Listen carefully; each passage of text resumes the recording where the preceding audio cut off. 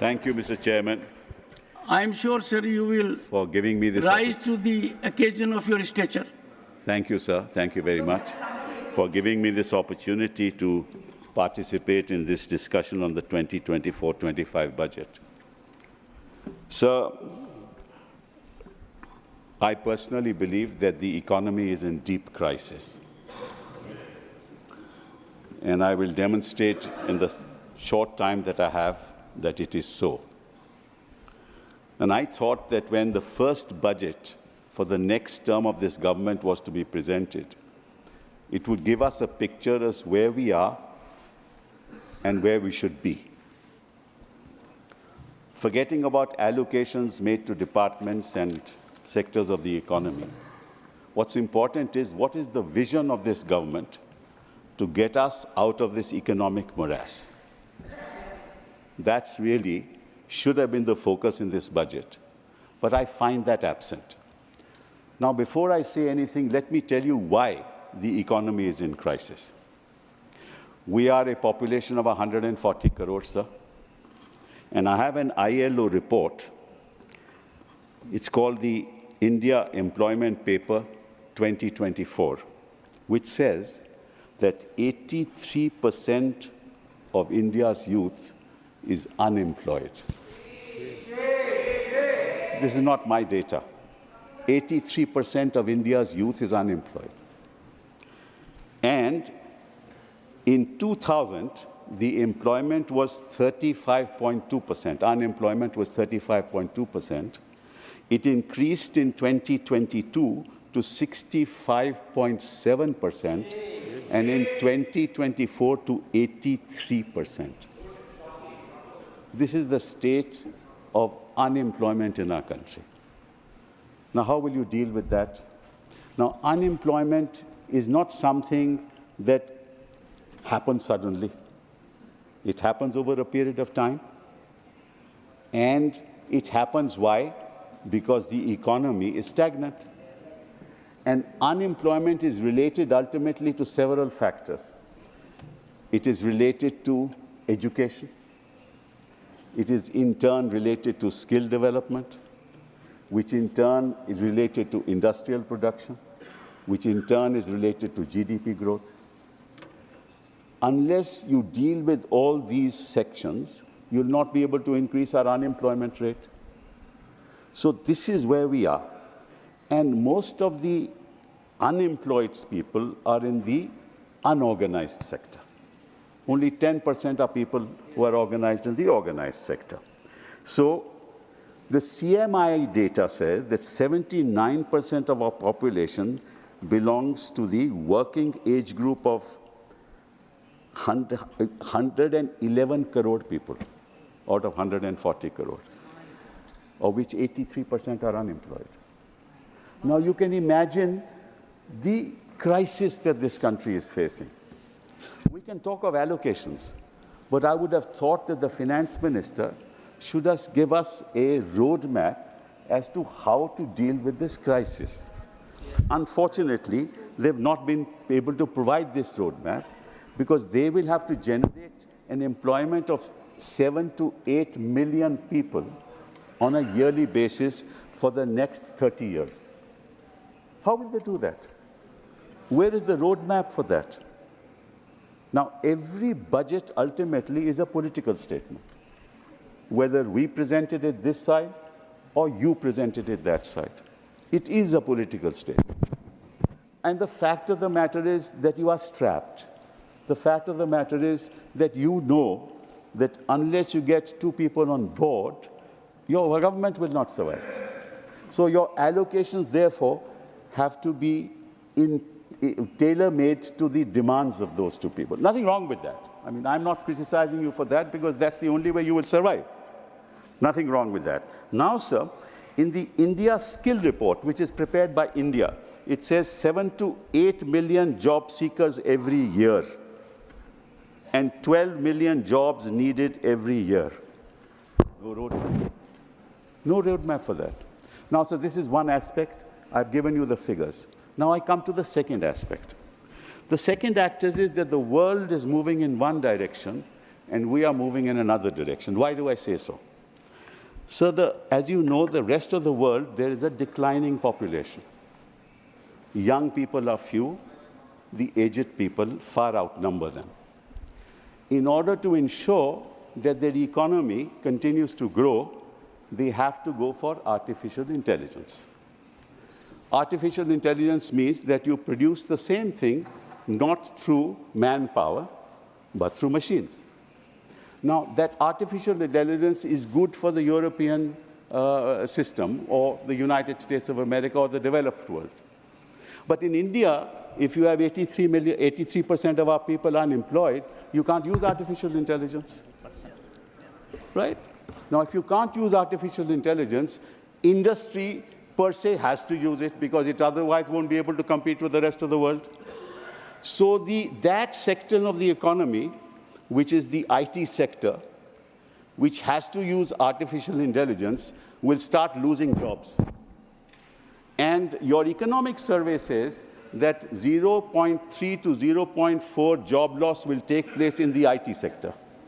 So the sector which gives you the maximum employment, because they have to compete with the rest of the world, is going to start losing jobs. And in fact, there's been no recruitment in this year in the IT sector. So where the economy is actually productive, you will lose jobs. And where the economy cannot afford artificial intelligence, you need jobs.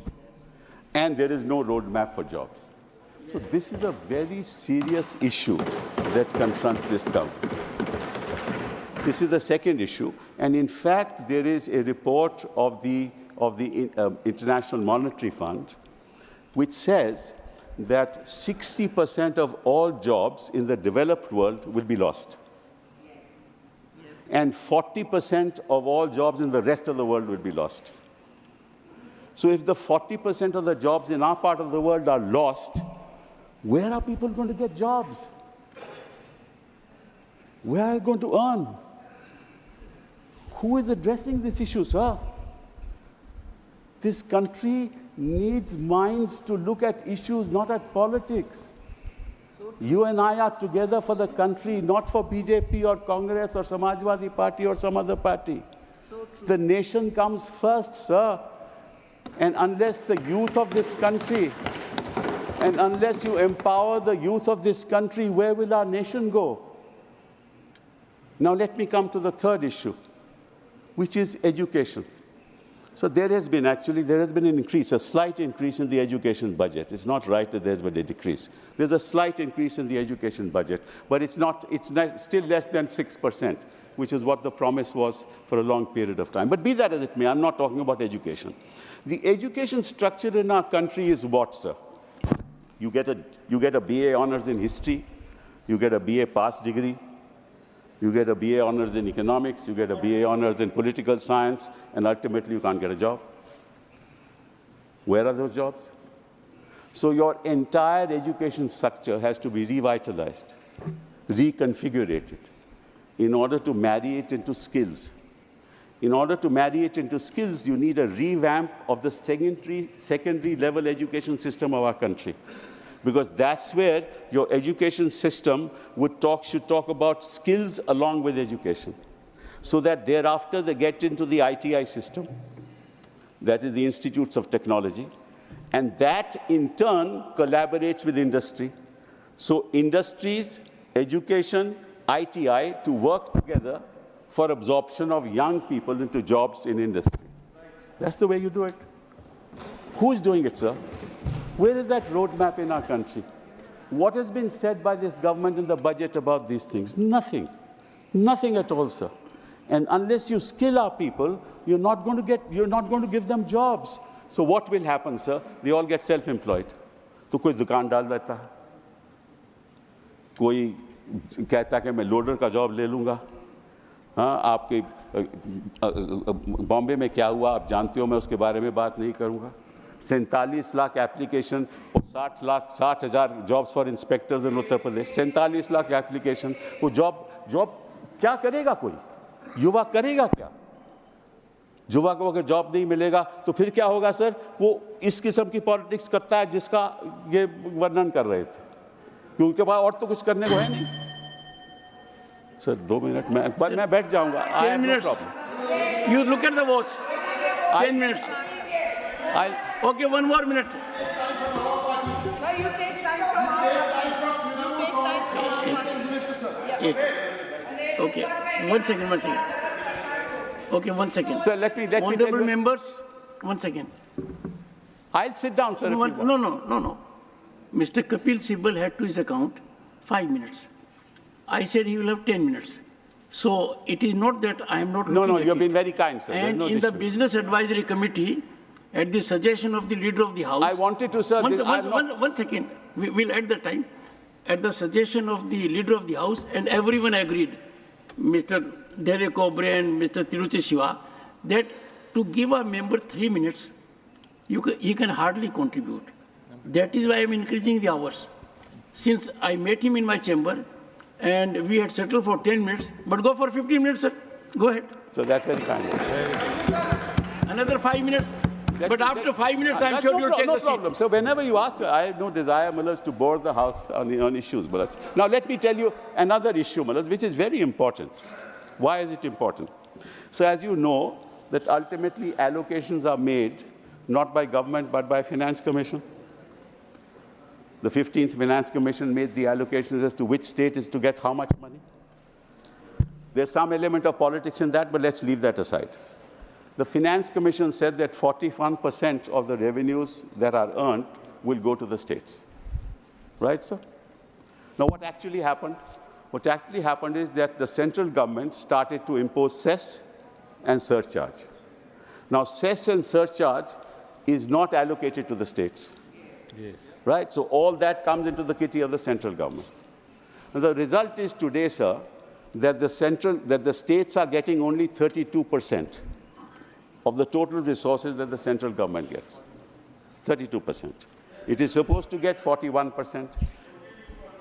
It is correct, but it's getting at the moment 32%. Now the problem is, sir, that also the expenditure is monitored by the Union of India. My request to the Finance Minister through you, sir, is the following. You cannot monitor education from Delhi. Yes. You cannot monitor healthcare from Delhi. Correct. It's not possible. India is such a vast country, and I have been Minister for HRD. I know how difficult it is to monitor. What is happening in Arunachal will not happen in Uttarakhand. What's happening in Uttarakhand will not happen in Maharashtra. You need a model for each state government as to how they want to take their children forward. For God's sake, give that money to the state government. Let them do what they like to do with education. Let them do what they like to do with health. That's the third point I want to make. And the last point I want to make is the following. Sir, no country has ever progressed unless it has invested in Africa. And in a country like Japan, Germany, other parts of the world, this is the kind of expenditure on R&D that is being done. India, it is $47.57 billion. Right, over a population of 140 crores. In Israel, it is $16 billion. In Japan, it is $172 billion. In US, it's $606 billion. In Germany, it's $131 billion. In China, it is $514 billion. Why is that, sir? The reason is all wealth is not created by industry. It is created in the university system.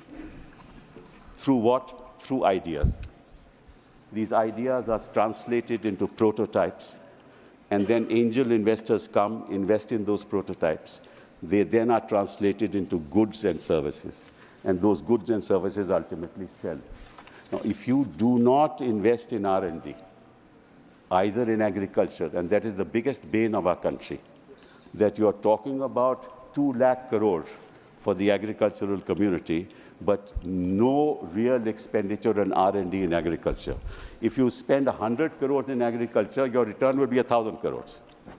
Therefore, all wealth is created in the university system, both in the United States and in China. And here you are controlling universities. Please allow the education system to be free. Do not interfere in the education system of our country. Do not interfere. And once you give enough resources to the university system, they will produce wealth in themselves. And that's how employment would be generated. And there are several agricultural economists in this country who have been saying this. Invest in R&D in agriculture, including some of the people who have written newspaper articles recently. And what you have done in agriculture today, you have increased it by 5%, the budget by 5%. That's going to give you nothing, sir. So please free your mind from control. You want to control the politics of this country. You want to control the economy of this country. It can't happen from New Delhi. Give us freedom. Give the states freedom. Give our citizens freedom. Give our women freedom. Give our youth freedom. It's only then that India will rise and we will become a Viksit Bharat. Thank you very much. Shri G.K. Vasan.